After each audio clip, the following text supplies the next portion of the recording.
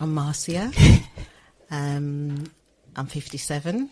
I have 3 children, 3 grandchildren.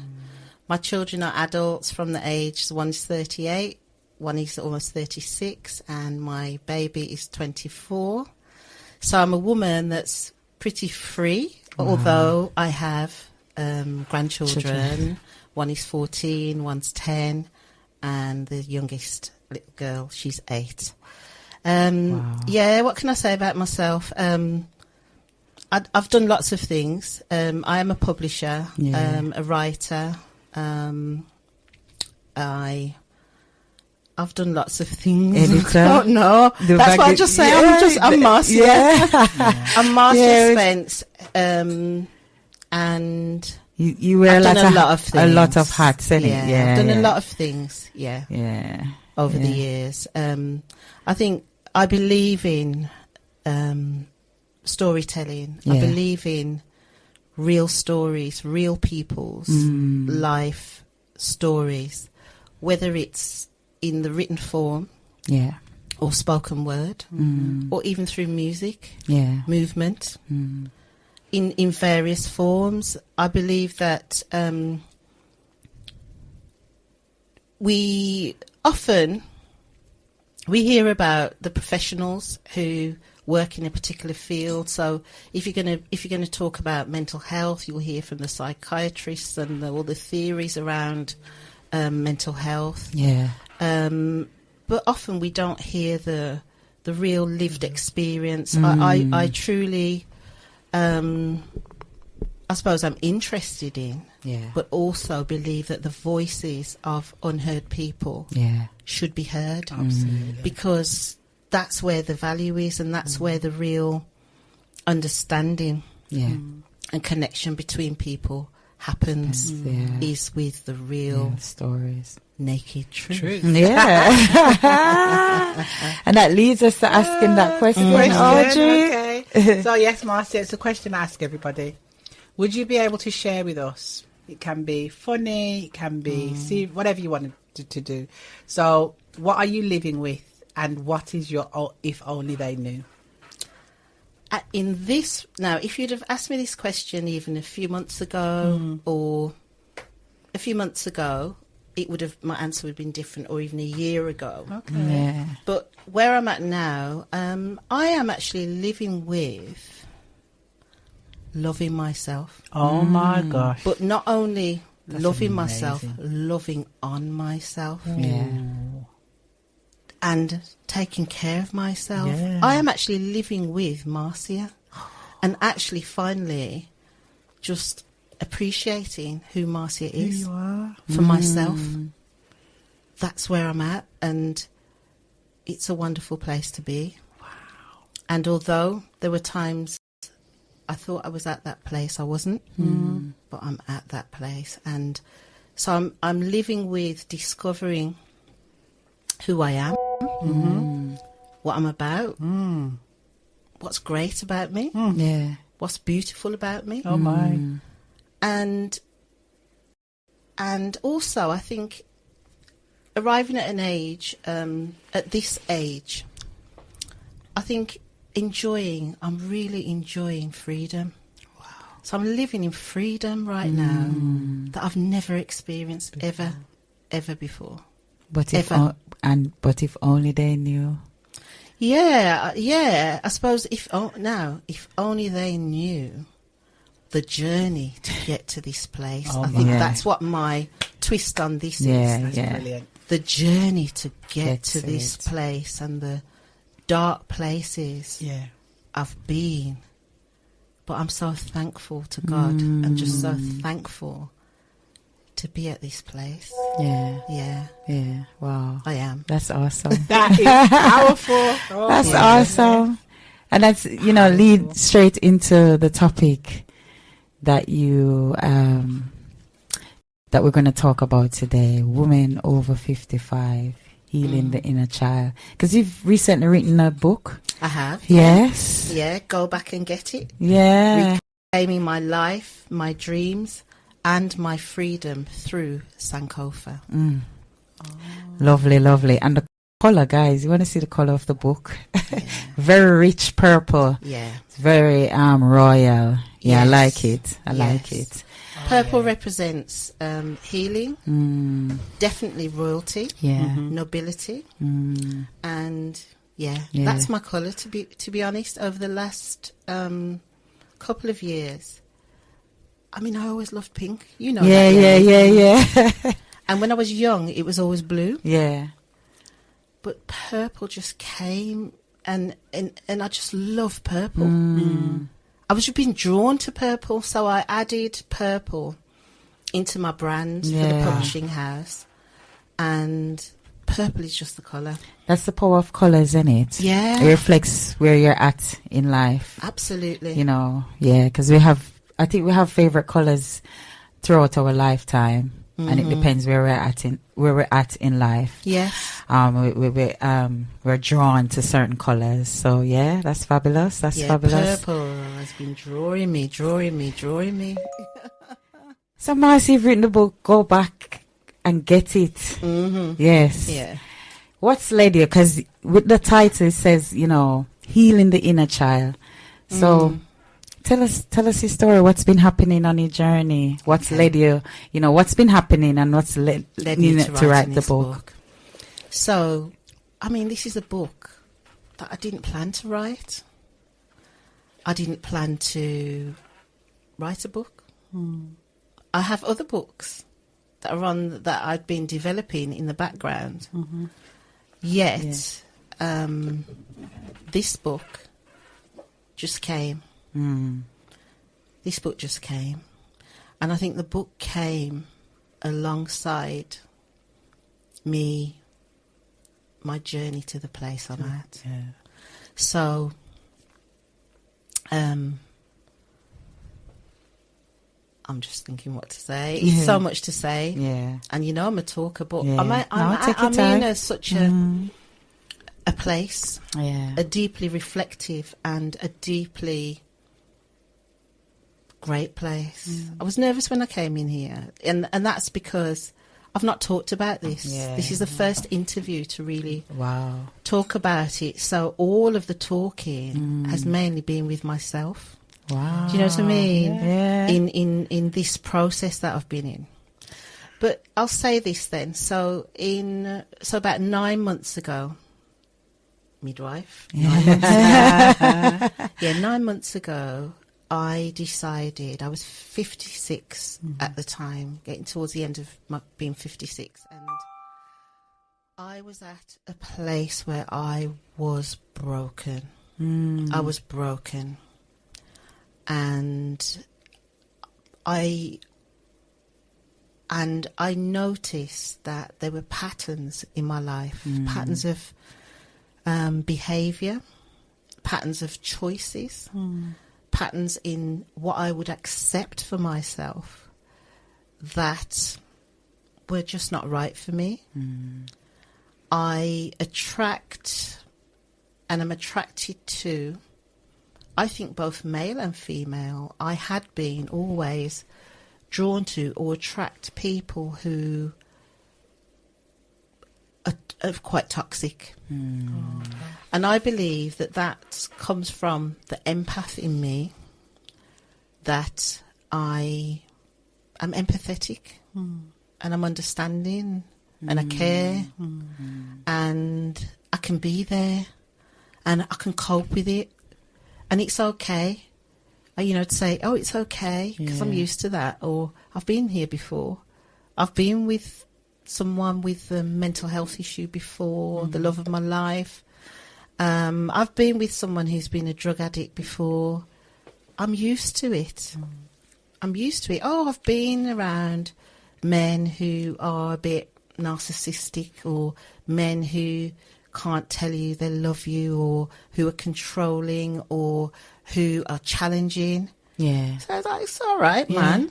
I can deal with that. Been there, done that. Done that. Long time. Mama, cheers. Yeah. Me I'm done still there. that. I've experienced. You know what I mean? Yeah. Been there and done that. Absolutely. Till me have the t-shirts, till them t-shirts wear out. You know what I mean? Different shorts, colours. My isn't shorts, it? everything. We use them for polishing nails, Yeah. t-shirts. So Yeah. I'm like, all right, I can handle that. Yeah. You know, while I'm a softie, I'm such a soft and loving person, but I'm also a strong, Yeah. powerful, tough person. So I'm a bit like, and I do make reference to this in the book, I'm a bit like, you know, that advert for Andrex toilet paper, they say soft and strong, Yeah. but very, very long. Yeah. So that's, to me, that Yeah. signifies the endurance, Endurance, yeah. soft, the empathy, Yeah. and then the strong is the resilience. Wow. Yeah. And so I went through a period. So it started, I must say, it all started from grief. And not everything, because I mean, in life, you know, I'm 57, I've been through loads of stuff. I've been married twice, divorced twice, engaged thrice. I've lived life, you know what I mean, raised children on my own. And alongside that, I've had, before self-employment, I had, you know, I've got a good education. I've had great jobs in leadership, leading services in communities. So, you know, I've done that. I've lived life. Yeah. Yeah. But a couple of years ago, no, I have to say this before that. So I have lived with chronic illness. So before, if you'd have asked me, what are you living with? I would have said invisible disability, Audrey. Yeah. But that I no longer, whilst I still have chronic illness, it's not my thing. Yeah. Okay. My thing is loving myself and looking after myself. Yeah. And so in 2022, I was still struggling with fibromyalgia, illnesses, a bit of depression as well, and running the publishing house and battling the pain of fibromyalgia, and also struggling with my ex-husband, Tyrone, his illness, his mental health issues, the fact, you know, he was in Rayside Clinic for a number of years. He came out in 2021, came out so well. And he was, I looked at him and I you know, I'd look in his eye and I could see that twinkle of that young man that I met when I was 15 and he was 18. And we just, from the day we met, we just like loved each other, do you know? Yeah.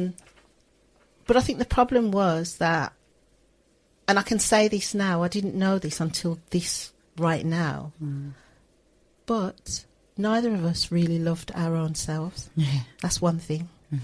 You know, Wow. before I'd say, oh, Tyrone didn't love himself, but clearly I didn't love myself. Yeah. And I know now that I was 15, and when we got together, he was 18. And by the time I was 18, we got married. I was having my first child at the time. But I clung on to Tyrone because he was lovely. Oh, my gosh. Fantastic boyfriend. He knew how he dressed. Oh, as my friend used to say then, he was trash and ready. You know what I mean? And lovely looking, friendly, lovely, beautiful man. Beautiful. And, you know, and he treated me really well, and it was just wonderful for me. What I know now at 57 is that really that girl, that 15-year-old girl, was looking for love, wanted love. And she wanted love because she never felt loved within her childhood years. Yeah. She didn't. She, and especially not by a male. Yes. Yeah.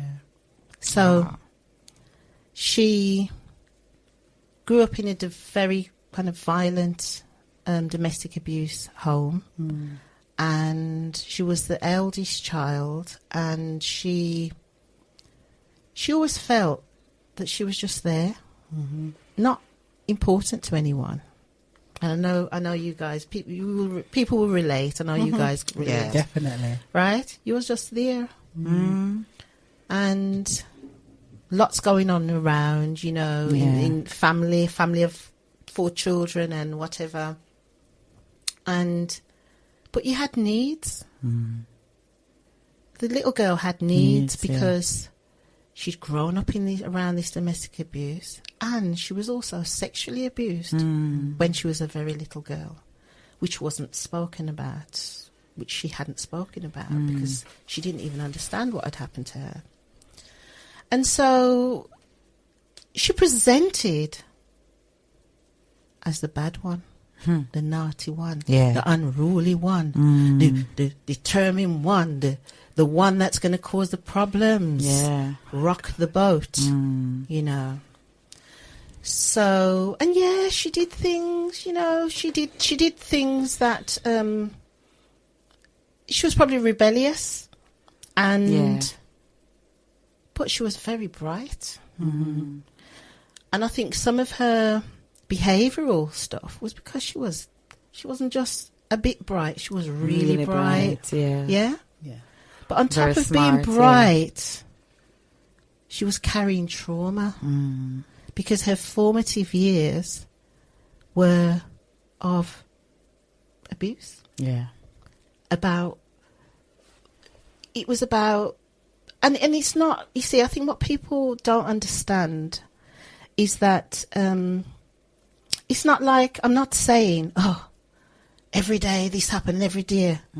Because we know that trauma is subjective. So 5 children could grow up in a house, and everyone's response and how it affects each one of those children can be slightly different. Will be different. Because we're different people. That's right. So she carried trauma because she loved school.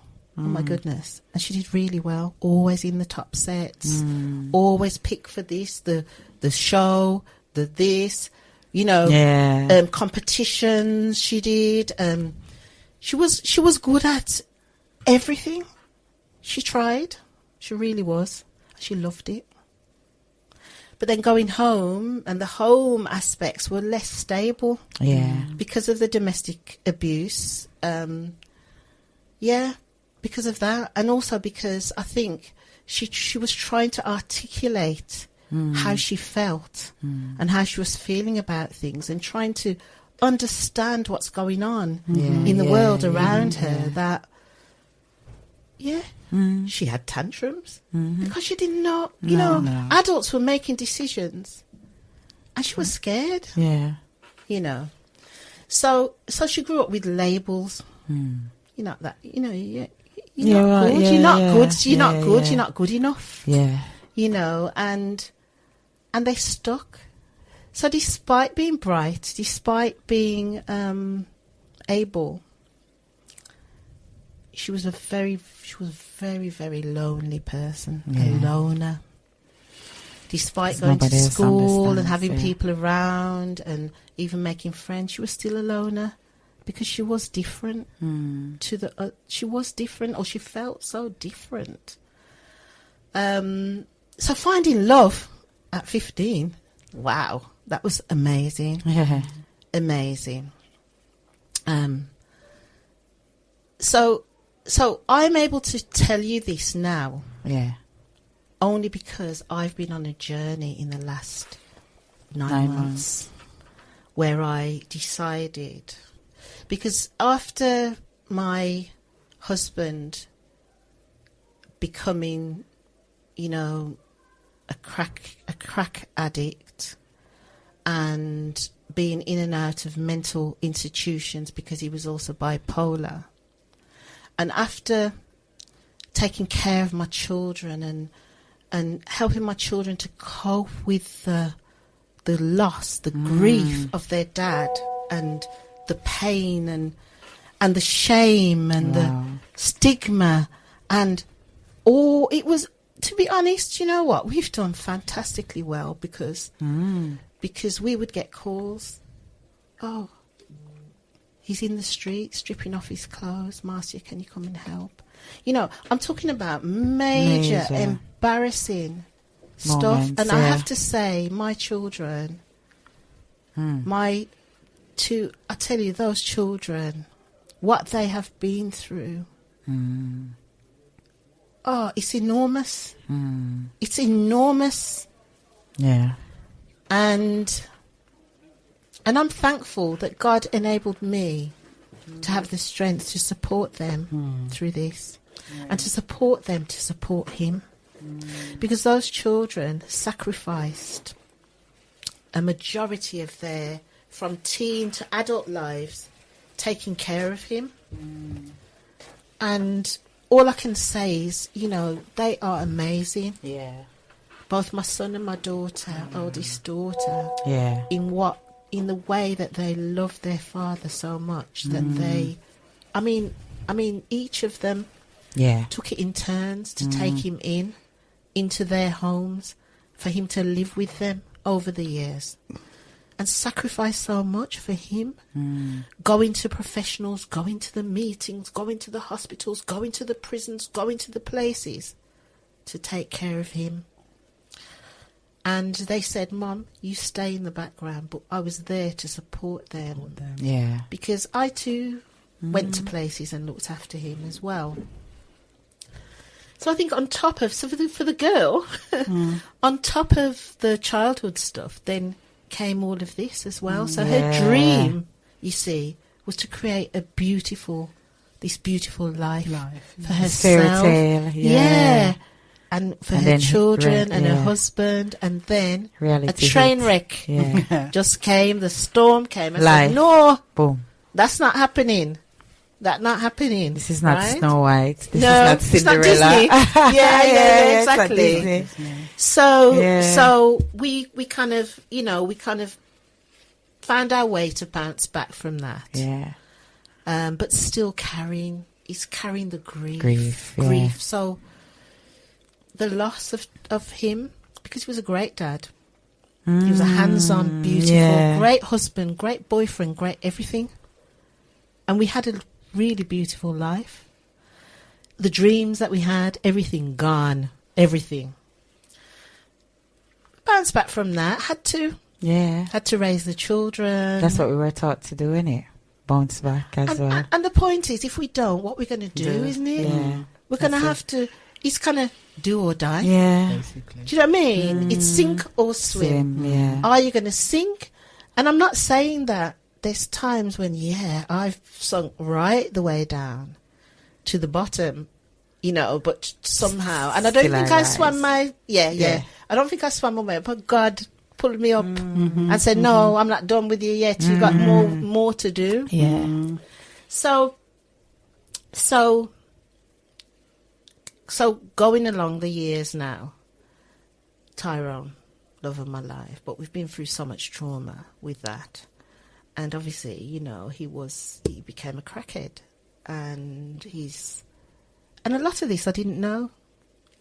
So, and we've been through so much, and I already had that kind of backdrop, despite, you know, I've got great jobs, I'm achieving, I'm doing good, I'm earning good money, everything. What Marcia herself was doing, she was doing great. But I carried this thing that I was not good enough. I wasn't good enough anyway from the beginning. Then, with all that happened with my husband, I felt even less like and I felt I've got too much rubbish baggage in my life, too much trauma has happened, that who's going to really want me? Who's going to want me? Who's going to want me? Yeah. And I'm being honest about this now, but I didn't really understand this until now. No, yeah. And it didn't matter. Yannick, Audrey, anybody could tell me, Marcia, you're fantastic. Marcia, look at you. You're a queen. People tell me all these things. But I could not see it. I couldn't. It's that imposter syndrome in it going on. I just did not feel that I had any value to attract this. When we're talking about men, to attract this person, a person who could meet me where I am. Wow. You could know what you've gone through and commit still, to me. yeah. But that, you see, but that was me. But again, through the therapy, so what I did was I decided, Marcia, you're stopping this. This is not happening. What are you doing? Because you do know who you are. You do know what you are. You do. But so it's kind of like, you know, when they talk about the straw, it's not about the strawberry. What was the icing on the cake? I was going to say. A bit like that. Or it's, you're asking me that. Yeah, you're talking about the catalyst. The catalyst. So I'll be honest. So I was grieving. Chantel died. Chantel was the executive assistant in the business, and she died in 2022, and it was sudden death. God rest her soul. And, you know, condolences again to the family. We grieved. Yannick and I worked together at the time, and Yannick, what we were going through. It was heavy. You know, for months, I didn't sleep. For months, Yannick didn't sleep, right? We would sometimes message each other like about 5:30 in the morning, say, have you slept? No. And then we used to just say, all right, let's meet up. Remember when you say, oh, go and get us a McDonald's breakfast on the way. Remember, I said, come, because we haven't slept, because we couldn't switch off. And then we had to keep the business running. And it was a dark time. Yeah, it was a really dark time. We were in a dark place in 2022 coming into 2023. Yeah. Then I reached a point at the beginning of 2023 where my chronic illness, the pain in my body, the doctor started to say I had bone cancer because calcium was showing in my blood tests, and they couldn't work out why the calcium's so high, and it kept going up. And I was in really terrible pain, worse than I'd been in even at the beginning. Couldn't understand it. This is in 2023. Then in 2023, I decided, you know what? I don't want to work with anyone. I got rid of Jan. I said, Jan, I can't. I just can't. I just could not have anyone around me. Everybody that worked with me, I'm doing it myself. I'm doing it myself. I'm running the business myself. And you know, for some months, I did everything. And I remember I was working with bishops, a lot of bishops at the time, and it was a crazy time. Crazy. It's like from one crazy to the next. Grief, yeah. I think the grief really mashed us up till our body. So what happened in terms of the cancer scare, that was in the February. By the time we got to June, I remember praying with one of the bishops about this, about everything, about the business, about me and Yannick, everything. We prayed, Bishop Roberts. And then a few months later, is it mine? No. And then by the time we got to June of 2023, I went for another test. And they said they don't know what's happened. But we know. We know. They said we don't know what's happened, Marcia. My God. It's all gone back to normal. Wow. And we don't know why. God is good. God is good. God is good. That was great news. That was great news. So we were busy.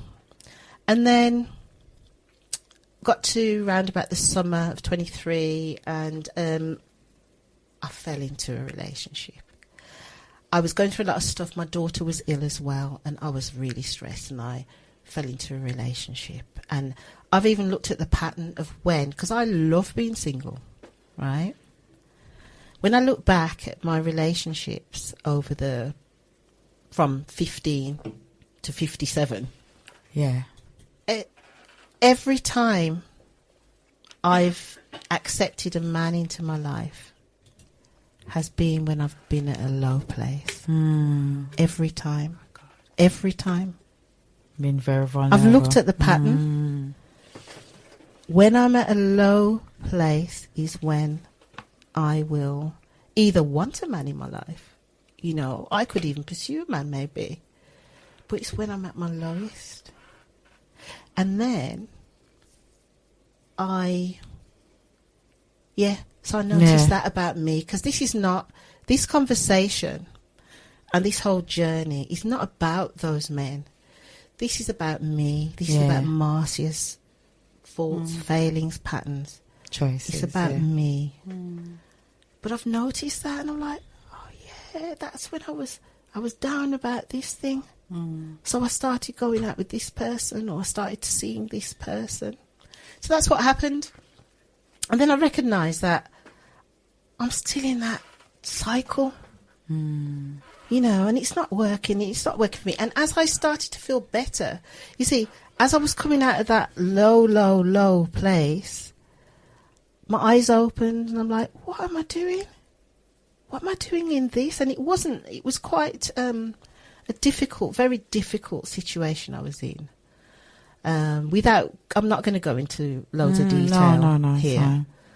It was quite a very controlling situation I was in. But yeah, I enjoyed it. I enjoyed parts of it. I enjoyed being in a relationship. I enjoyed the person. I felt like I loved the person. I cared. I think it's back to that empath. I really deeply cared about this person. And it was that pattern of, I can deal with that. I can help you with that. I'm okay with that. Even if you're a bit difficult to deal with, I'm tough enough to handle that.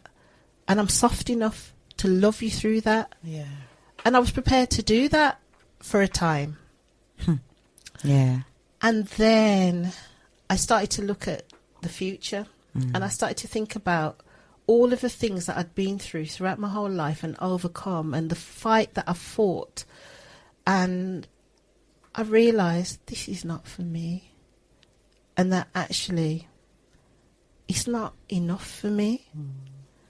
And actually I am worth much more than this. And then I couldn't understand myself, because I'm like, you're worth much more than this, so why you keep doing it? Yeah.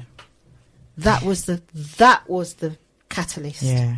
That was the point when I said, no, I have to discover why.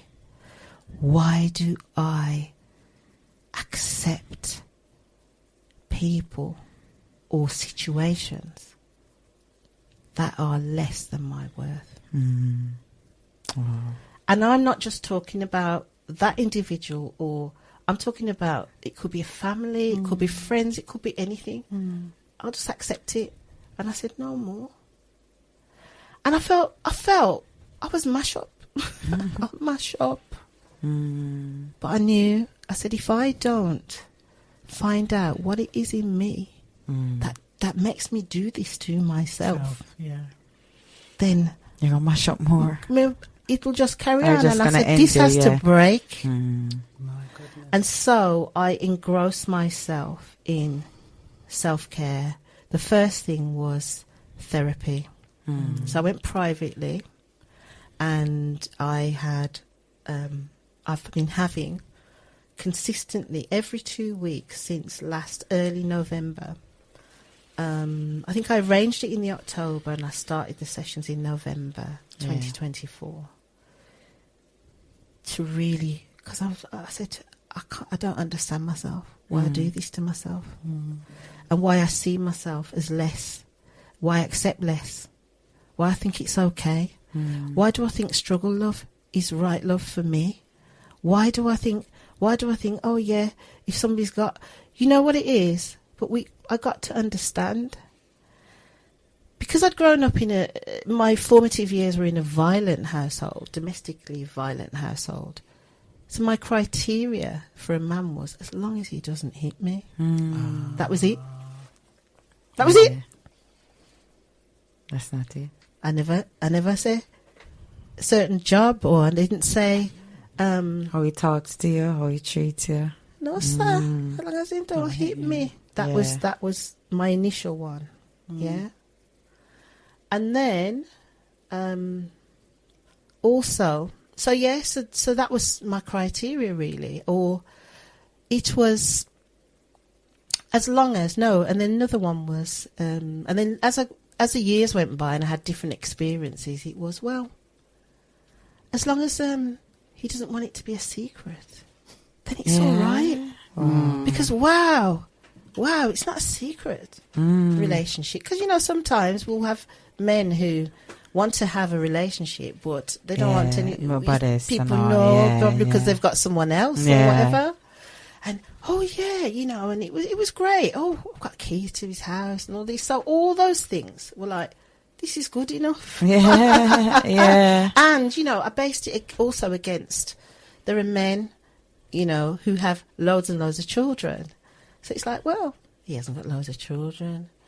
He's not beating me up, not this. So, but I took it from, you see the frame of reference. Yeah. It wasn't, remember, I think I've even in sessions talked to you two guys about this. Yeah. That thing where they talk about, you don't talk about this thing about, and I learnt it when I was trained as a coach. Yeah.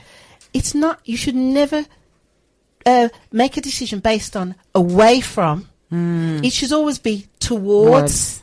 Because if you say, oh, as long as they don't this and as long as they don't that, you're actually attracting that thing. It's a bit like law of attraction. So it's like an elastic band. So you pull it because you want to get away from this thing. Oh, don't abuse me. Don't beat me. Don't this. Don't that. Right? Yeah.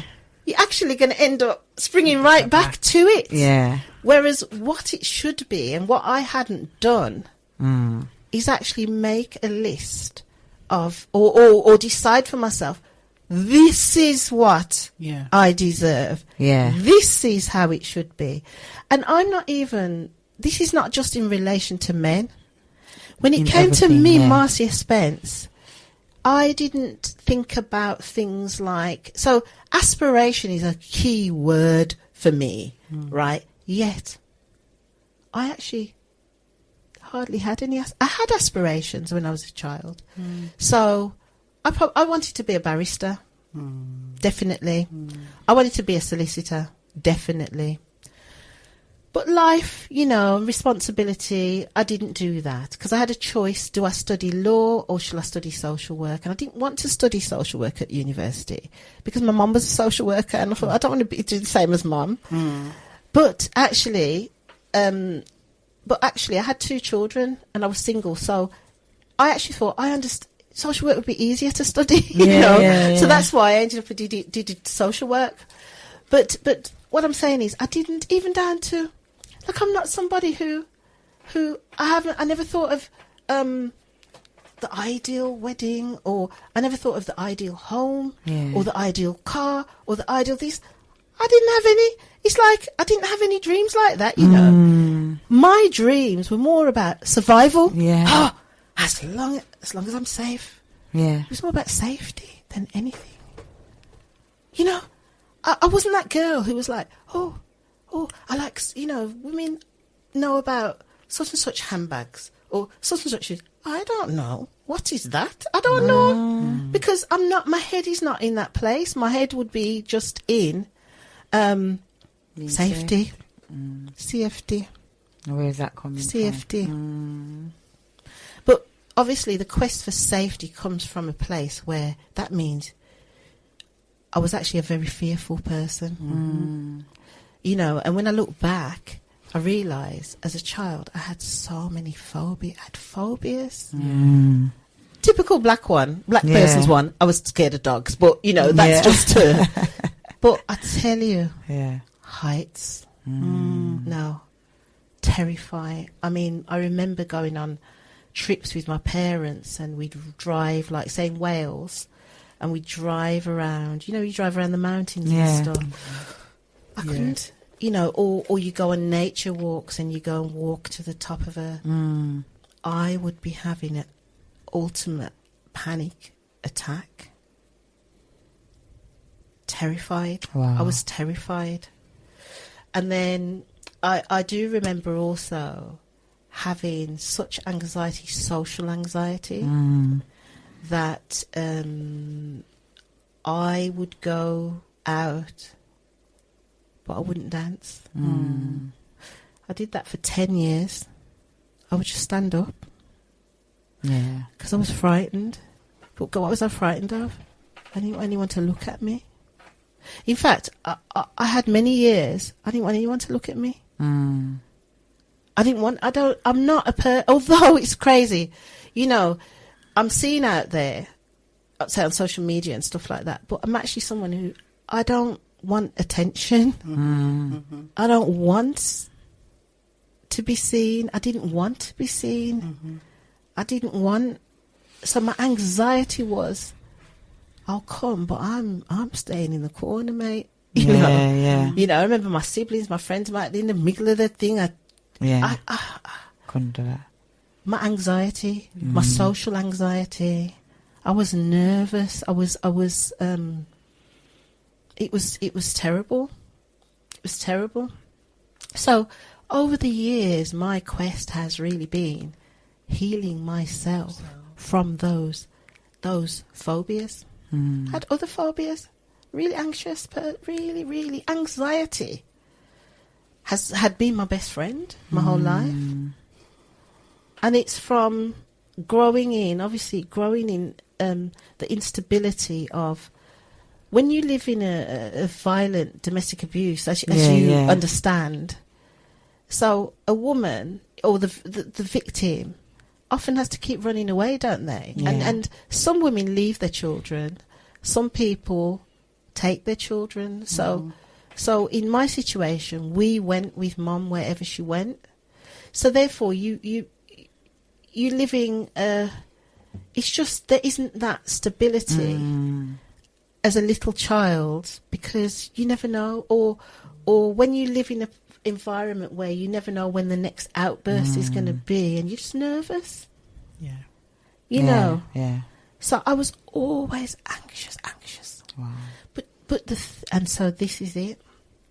So when you're always afraid, anxious, frightened, because you don't know what's going to happen next, and you've got no control over it. That's what can make someone become a controlling person. Because people with anxiety will control situations, because you have to. Because you've got to help yourself to feel safe in a situation. So I understand myself. Even there were times when I would be very kind of like controlling of situations, because otherwise what's gonna happen? I'm scared. So again, my journey. So then I said, nah, this is stopping. So those things, I mean, I went back to those. I've never really talked about them, even in my books. I've not written about the phobias. But obviously I've been through therapy. So I get to understand the journey I've been on. So this therapy, I engross myself every 2 weeks, sessions with my therapist. I also joined a domestic abuse support group. Now, I more so joined that group not because of the relationship I'd just come out of. It was because I realised I needed to heal from the little girl. The little girl hasn't yet healed from the growing up around in the domestic abuse. So I went and I said, no, because I was at a place, I said, no way am I continuing my life like this. Right? Then I got a mentor, and I started just reading more. I mean, I read anyway, but more books, more self-help books, more healing. I started looking at adverse childhood experiences and how they impact adults. So if you've been through trauma as a child, it can manifest as illness in adulthood. So I did a lot of studies. I engrossed myself. And I layered on the self-care as well. So massage every 2 weeks. Had my massage, different parts of my body, soothing my body, soothing my mind, the oils, the touch, the healing. Engross myself in that, you know. Engross myself in the word as well, just listening to the word of God, worshipping more to myself, fasting with myself and me, myself and God, and then one of the greatest things I put in place was strict boundaries. Which I realised, you know what I started to understand? Why did Marcia Spence become an empath? I've even studied all of that. So I've been reading. So some of the key books I've read, like I read, and interestingly, the first one was one that Chantel had recommended to us, which was father therapy. So I read that. Then I recognised. Then I got another one about mother wounds. So even though I have an amazing mum, but what it was, I was also in a situation where I was looking at how the fact that I hadn't healed from stuff, how it was impacting my children. So I bought this book for me to read and to look at. What is it? With me still needing to heal from stuff, how does it impact my children? And what it led me to was, again, discovering, there were also, I also carried some other, we will carry wounds from our childhood or wherever we go. Wherever we go, whether it's church, people talk about church hurt, this hurt, that hurt, this hurt. We all carry different wounds. Because the thing is, when we're children, we can't articulate what we're going through. We don't understand what we're going through. And it's difficult to find the people, adults that we can trust anyway. Who are you going to talk to, really?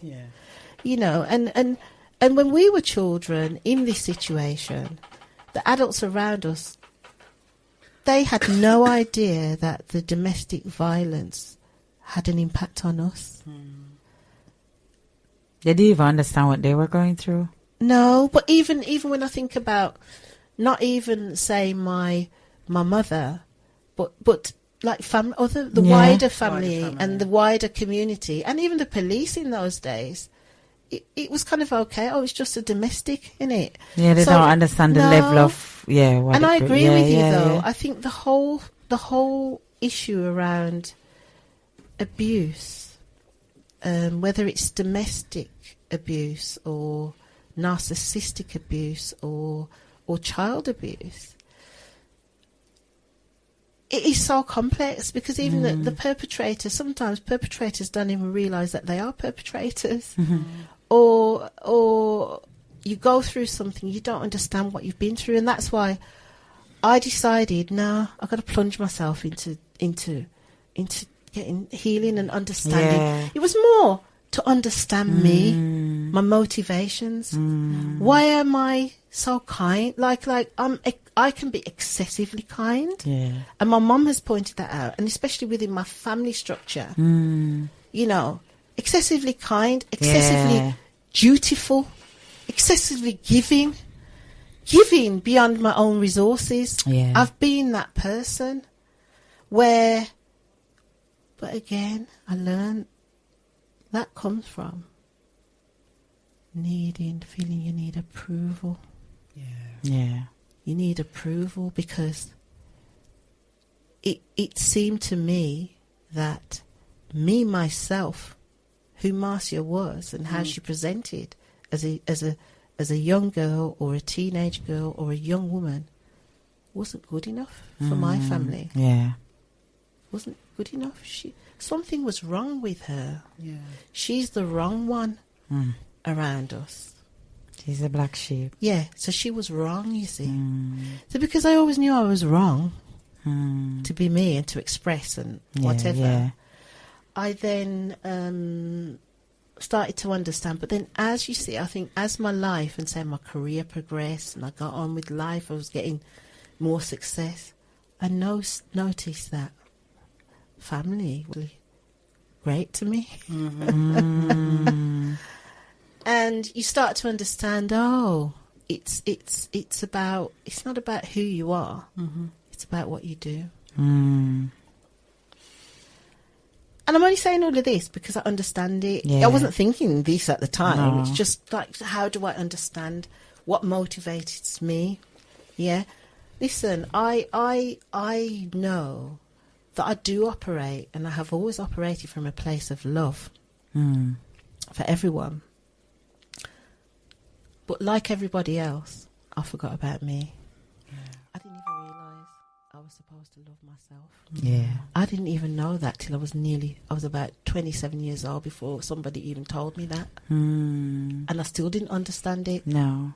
Right? And I'm really starting to understand what loving myself means. Yeah. And it's crazy, you know, because you're heading up to almost 60 and that's when you find that. Yeah. And I had a conversation with one of my sisters the other day, and she said a similar thing. She said, I wish I had this confidence when I was younger. Yeah. But sadly, that's just not the way it goes. No. But what I'd like to do, so where this book comes from now, is that these were like my notes and my observations through the process of this healing journey. And then what also happened in the last few months is that I do coach people to do their books, and obviously I used to do coaching extensively previously. Yeah. People started coming and asking me for coaching again. Yeah. And it reminded me that when I first was coaching, I did a lot on bounce back ability. And then I recognised that, hold on, my life is actually taking that journey because everything's coming back. Yeah. Like working relationships, my health has improved. And in one hand, it's improved, although I've got a major operation coming up for something else, which again is all part of that, something coming back from the past. Yeah. You know, because I had a treatment 11 years ago. I had an operation 11 years ago to fit a device in my body, and unfortunately that device is eroding through my flesh now and trying to get out. Wow. And so and it's quite major really, because I now am facing like a 5-hour operation to remove it. And I was devastated really to discover what was happening. So all of this has been going on in the last couple of years, and I was devastated when I found out about this, and I didn't want to accept it. I was kind of in denial about it. But now, you know what? I've just reached a place, and I've even been a bit panicked because I've already had the pre-op. I had that in May. So the operation should be in the next, like they said, August or September. And that was why I said I'm going to launch the book before the op. Yeah. Right? But I think I've gone a bit all over the place. So the book, anyway, it's a book. I decided with the coaching, I was preparing for my operation. Yeah. And I thought, I can't be doing the publishing during the time, because it's like a 3-month recovery, and then you don't know after that. Yeah. I said, let me prepare then. People are asking for coaching. Let me start working with people, coaching them. I've been on this journey, and I know that I have been, bit by bit, going back and getting pieces of my life that I thought I've forgotten. And that's what Sankofa is. Sankofa. So Sankofa is a Ghanaian term, which means it is not wrong to go back and get that which you thought you had lost. Oh my God, say that again. It is not wrong to go back and get or fetch. They say fetch as well. that which That which- you thought you had lost That's powerful. or forgotten. Wow. So, in me going back to my childhood Yeah. and doing this inner child healing and taking care of that little girl, Marcia, and examining what were the issues that shaped her Yeah. and made her have a pattern of not loving herself Self. and a destructive, toxic pattern, Yeah. especially when it came to love interest. So in me going back and looking within Yeah. myself to discover what leads me to that place, I went back and I found that love. And I also went back and I've now got that wholeness and that peace, that confidence that I should have had, Yeah. Yannick, that I should have had, that I could look in the mirror and say, you're beautiful, Marcia. Yeah. Yeah. You know? That confidence that I can get up and just go in the middle of a dance floor And just and you're fine, Marcia, which I will do now. But all of the trauma upon trauma upon trauma can compound to make someone just stiff and frightened, self-conscious, and not even speak up for herself, Yeah. you know. Wow. And it was time. And the journey has been phenomenal. Listen, ladies, I am even in control now of how I eat. I have lost a stone and something in the last 6 weeks. And I'm not on Ozempic and I'm not on anything. Just I'm not on self-control. anything. Self-control. Self-control. So I eat mindfully. I eat differently and I eat mindfully. And I'm caring for me. My skin on my face, I am taking care of it. Yeah. I thought, like I've had to take a lot of medication because of my illnesses. Even that, I'm reducing them. I'm walking. I'm walking. I've never seen that many steps. My app on my phone is saying, it's shocked. It's in shock. Yeah. It's like, you are taking so many thousands more steps than you ever did last Just- year. Yeah. Last year. Yeah. And also, That's my episode. my skin. Yeah. I'm doing proper skincare. I remember one time Yannick saying, "Oh, people talking about skincare regime." I was thinking, what? Skincare what? Yeah. My face, skin. And I'm looking after, honestly, I am looking after myself. When I'm going to eat something, when I'm going to consume something, Think I about it. what is this going to do to my body? And if I don't need to eat, and the weight's coming off. I wasn't doing it to lose weight. I was doing it to be healthy, but weight is coming off. The bloated stomach is starting to go down. Yeah, that's what people and don't. I'm like, Yeah, once you start your doing it as a food. lifestyle, It's you the lose the food. weight. Yeah.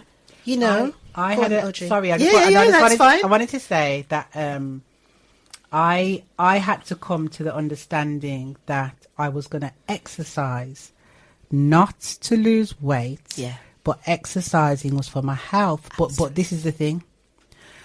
When I started, I lost weight, and what I realized was my body was saying thank you. Yeah. That's what it is. My that was body the gift was to saying, yourself. Your body give you the gift My body of was losing saying the thank weight you. because about time. Yeah, because I didn't Yeah. go in to say I want to lose. No, I had to normally. change The mindset. my mindset, and That's that right. my body needs the exercise to function, to do whatever. Yeah. And then when I lost the weight, I was Absolutely. my get it. body's saying thank you. Yeah. Thank you, Absolutely, Audrey, Audrey. for what you did. I just Wow. wanted to, sorry, Now, I agree. 'cause I'm just listening. No, because and I'm saying just like, no, because I'm saying to myself, boy, I'm just talking. They're not even saying No, that to because, me. No, because it's you- engaging. yeah. That's fine. I could That's have, it. I could have Yeah. interjected many Yeah, times. yeah, That's yeah. fine. No, that's fine. You know what? Yeah, yeah. That one I had to say. No. because Been I really remember. good. I Yeah. agree with you. Because you're in a Thank flow you. as well, going through the I flow. agree with you. Mm. I Said thank agree. you. That's what it is. Yeah. And I'm fit. And when you were saying self care, what I heard was self love. It is. Yeah. Self love It's is love. the prescription. It It is. is. That's the It's prescription the I needed. prescription and it's the medicine. It is. Self-love. Absolutely. Self-love. And once you Yeah, man, really, it's- mindfully. So powerful. It is. So powerful. I've loved myself. Yeah. I've thought I've loved myself for a long time. But let me tell you. When you experience what self-love is, you realize. Nah. And it's not and self-love is not it's not a haughty thing. It's not a boastful thing. It's a peaceful thing. Yeah. And it's a within thing. Yeah. Yeah. That you don't, I now understand that I have nothing to prove to anybody. No. And that nobody else decides what my value is. Yeah. There you go. I know my value. Or how I should look. Or how I Nothing. should feel. Or Nothing. whatever. Yeah. Nothing. Nothing. It is not about other people. It's about you. It's about you. But even as you say that, Marcia, and I know that your book is aimed at over 55. No, not sorry. not necessarily. I got that wrong. No, my book is for. It's Any not age? aimed at. I mean, I started sorry. the over 55 movement Okay, because actually, when this interview was booked, I hadn't even written this book yet. there you go. This book wasn't even a concept. Wow. So at the time when you invited me, it was because I was doing the work with over 55s. 55. But there was a reason. Carry on with your question. I was going to say, Yeah. because it resonates with me that at being over 50, 55, there are gifts. So many gifts that we can give ourselves. And I Absolutely. think that's what I'm hearing. It is that. And I was saying to Yannick today that I was doing some writing and I wrote down that there was things I wanted in my 20s, things I wanted in my 30s, even things I wanted in my 40s. But Yeah. truthfully, I wasn't ready. That's. But now that I'm in my That's the point. 50s, it's coming. And they're Yeah. coming Praise the as Lord. gifts. Do you know something? Tell me. I'm with you on that. Because even though I've had the 10 years of chronic illness, I had this conversation actually with Zoe Bennett the other day when we were talking about the way that we've started working together again. And we acknowledged that it couldn't have happened before now. No. We needed to be ready now. Yeah. You weren't in that place. No. Yeah. Yeah. The mindset was different. I had to be on my journey and Yeah. she had to be on her journey. That's right. And then In order for us to come together Yeah. at the right time to produce something really effective, to do something really effective. Yeah, yeah. You know. That's true. So yeah, so I hear your question about the over 55. I would say 50 plus. The reason I'm saying this book will resonate with all people. brilliant. But women in particular, Yeah. I'm a woman, so it's kind of aimed at sisters. The book is also a journal, and it's not a I love a journal. story. It's not a story. Yeah. Because remember, I've written my memoir, I've written quite a few. So I'm not telling my story, it's snippets. But it's a book, it's snippets of wisdom Yeah. that I've gained through my experiences. Yeah. And if you'd like me to read a little bit. We would